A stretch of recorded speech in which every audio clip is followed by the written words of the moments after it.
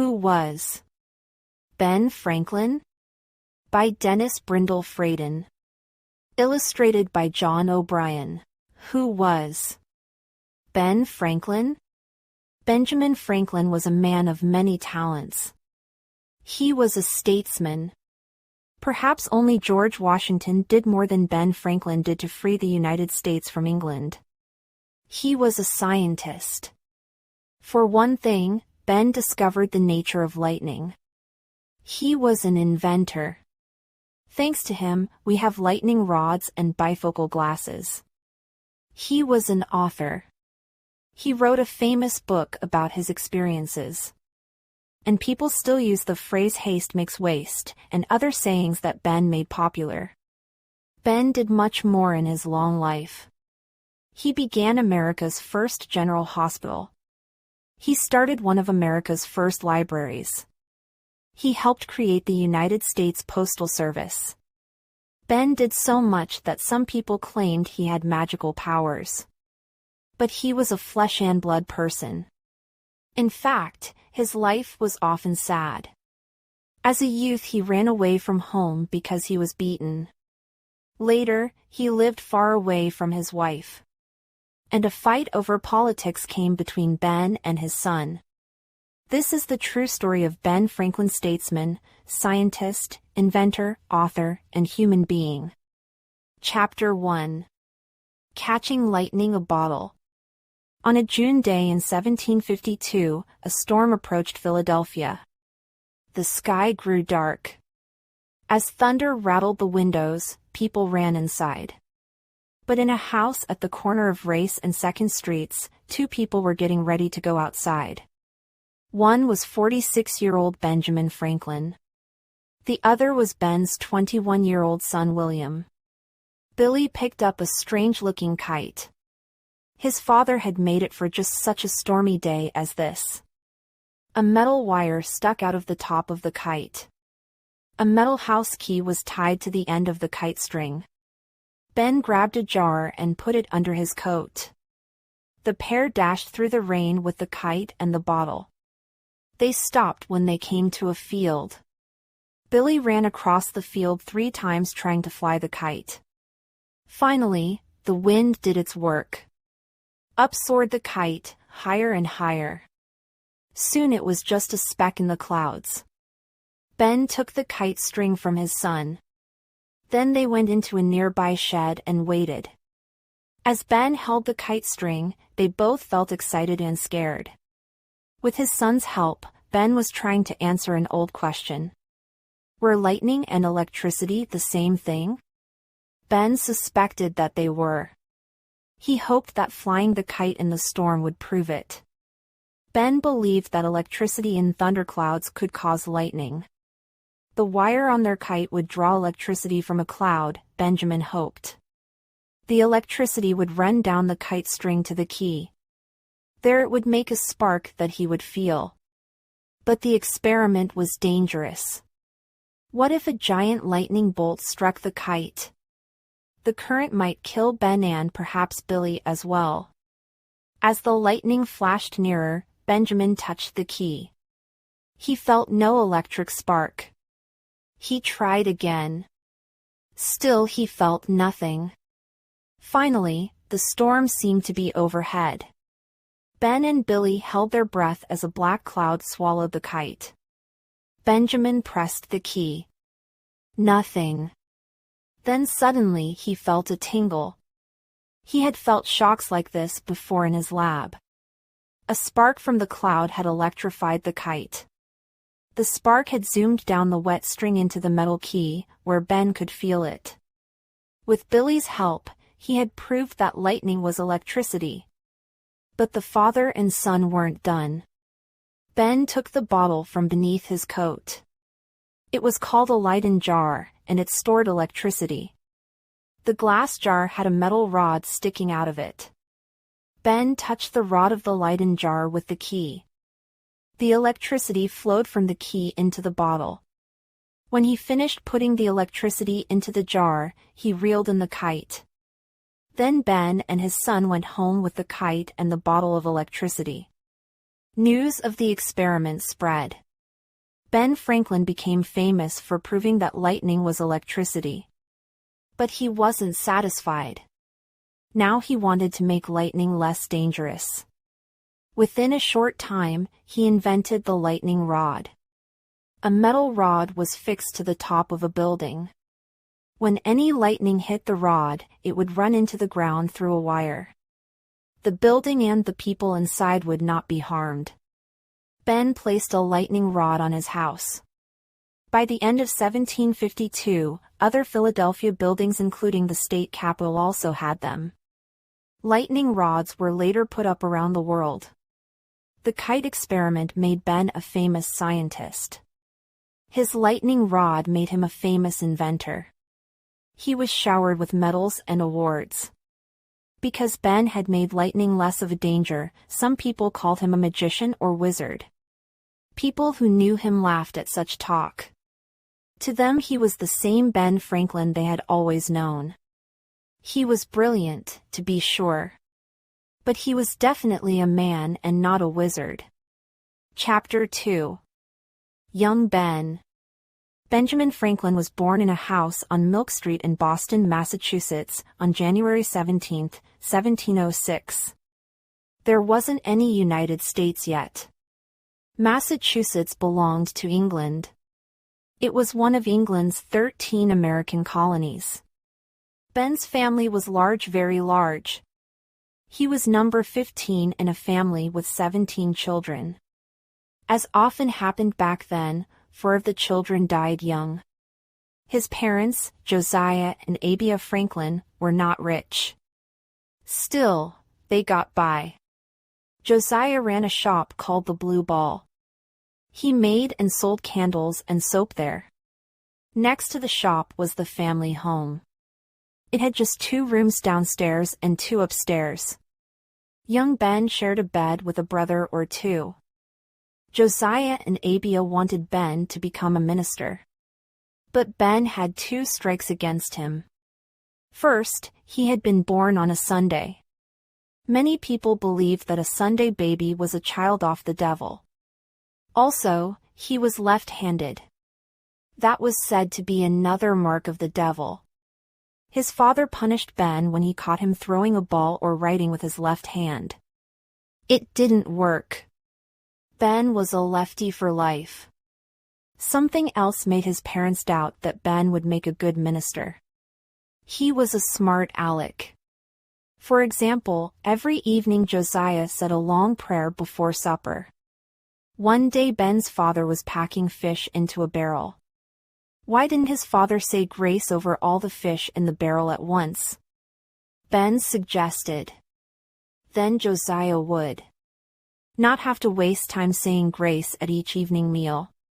For his smart remark, Ben received a slap. Ben went to school for just 2 years, starting at age 8. He failed arithmetic but did well at handwriting and reading. Ben loved books. He read the few books that his family owned. Then he borrowed books from his neighbors. Often he sat up reading most of the night. He also loved the outdoors. Swimming and kite flying were his favorite sports. Ben's first invention was for swimmers. He made 4 paddles that slipped over his hands and feet. The paddles helped him swim faster. Ben always looked for new ways to do things. One windy day he was flying a kite with a friend. They came to a pond. Ben had an idea. He took off his clothes and gave them to his friend. Then Ben lay back in the water and held onto his kite. As the wind blew the kite, he was towed across the pond. Ben decided to become a sailor when he grew up. His parents didn't want him to go to sea. In those days, not many children stayed in school for long. At the age of 10, Ben was taken out of school. His parents put him to work in the shop. Ben cut candle wicks and poured wax into candle molds. Josiah hoped that one day Ben would take over the shop. But Ben hated candle making. 2 years went by and nothing changed. Ben still hated the work. He wasn't going to follow in his father's footsteps. His parents decided that Ben must become an apprentice. This was common for boys in colonial days. Candle making. Tallow, solid animal fat from sheep and cattle, or whale oil is heated in a copper vat and impurities are skimmed off. The hot tallow is poured into molds that are prepared with wicks. The molds are then transferred to cold water for hardening. An apprentice had to work, without pay, for a skilled craftsman. In return, the craftsman taught the apprentice his trade. After about 7 years, the young man would be ready to earn money at the trade. But what trade should Ben learn? Josiah took Ben to many different shops. They visited a furniture maker and a bricklayer. They went to see a brass worker. They called on men who made pottery and silverware. Nothing appealed to Ben. His mother and father had one more idea. Ben had a brother, James, who was 9 years older than he. James was a printer. He already had an apprentice or two. However, James needed more help in his printing shop. Ben did not want to work for his brother. Still, it seemed better than laying bricks or making silverware. Besides, his father wasn't going to take no for an answer any longer. So, in 1718, 12-year-old Ben Franklin was apprenticed to his brother James. Papers were signed. He was to work for James for 9 years, until he was 21 years old. Chapter 3. Runaway. Ben left home and went to work in his brother's shop. James taught him to set type. Ben was a fast learner and was soon printing booklets and songs. As the master, James had to pay for his apprentice's food and lodging. Ben moved in with a family. James's other apprentices lived there, too. James paid the family to provide Ben with meals and a bed. Ben thought of a way to raise some cash. He proposed a deal. James should stop paying the family to feed Ben. Instead, James should give Ben the meal money. Ben would feed himself on just half the money James had been paying the family for his meals. Ben asked only one thing. Any meal money he didn't spend, he could keep. James agreed to the deal. The young apprentice found a book on cooking with vegetables. He stopped eating meat. He lived on rice, boiled potatoes, and a cornmeal mush called hasty pudding. To his brother's surprise, Ben was able to save part of his meal money. He spent it on books. Ben liked to read poetry. He decided to write a few poems of his own. In November 1718, the pirate known as Blackbeard was killed. Ben wrote a poem about it that began, "Will you hear of a bloody battle, lately fought upon the seas? It will make your ears rattle, and your admiration cease." James printed Ben's poems. He sent Ben out into the streets to sell them. Ben's poem about a drowning became very popular. It was called the Lighthouse Tragedy. Soon the people of Boston were talking about the 12-year-old poet. Another of Ben's jobs was to help print the Boston Gazette. It was one of America's first newspapers. Then, in 1721, James began his own paper, the New England Courant. Ben printed the Courant and delivered copies to customers. Ben enjoyed the work, but his brother was a harsh master. James wanted to show his other apprentices that he did not favor Ben. When Ben made mistakes, James beat him. Ben would then talk back. James would only beat him some more. Around April Fool's Day of 1722, Ben decided to play a trick on his brother. He began writing funny articles about life in Boston. He didn't sign them with his own name. Instead, he made up a woman's name, Silence Dogood. Late at night, Ben slipped the articles under the door of the print shop. James found them. He liked Silence Dogood's articles so much that he printed them in the Courant. They appeared for half a year. People in Boston wondered, who was Silence Dogood? Ben even heard James talking about silence with his friends. Finally, in the fall of 1722, Ben revealed the truth. He was Silence Dogood. Most readers laughed. But James was angry at being fooled. Meanwhile, James Franklin was in trouble. He criticized the English officials who ran Massachusetts. His writings in the Courant landed him in jail for a month. That didn't stop James. In early 1723, an order was issued. James Franklin could no longer print the New England Courant. James thought of a way to get around the order. He would list his 17-year-old brother Ben as the Courant's publisher. But secretly, James would still tell Ben what to do. What if James was asked how an apprentice could run the paper? He had an answer for that, too. James drew up papers saying that Ben had finished his apprenticeship and was now on his own. But James also made secret papers.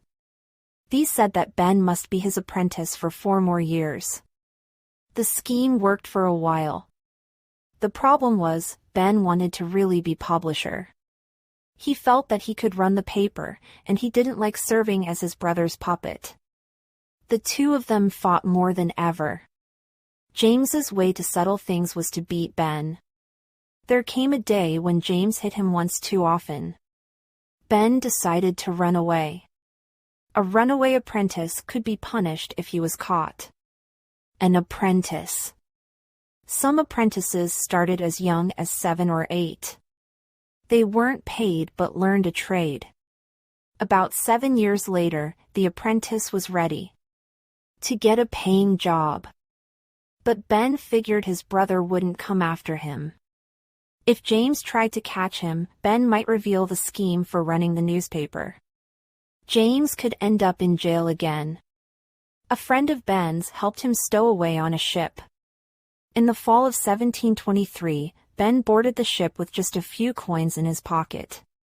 3 days later he was in New York City, 200 miles from home. Chapter 4. Ben Franklin, Printer. As Ben had expected, James did not try to track him down. Ben couldn't find printing work in New York, though. He went on to Philadelphia, Pennsylvania. The runaway apprentice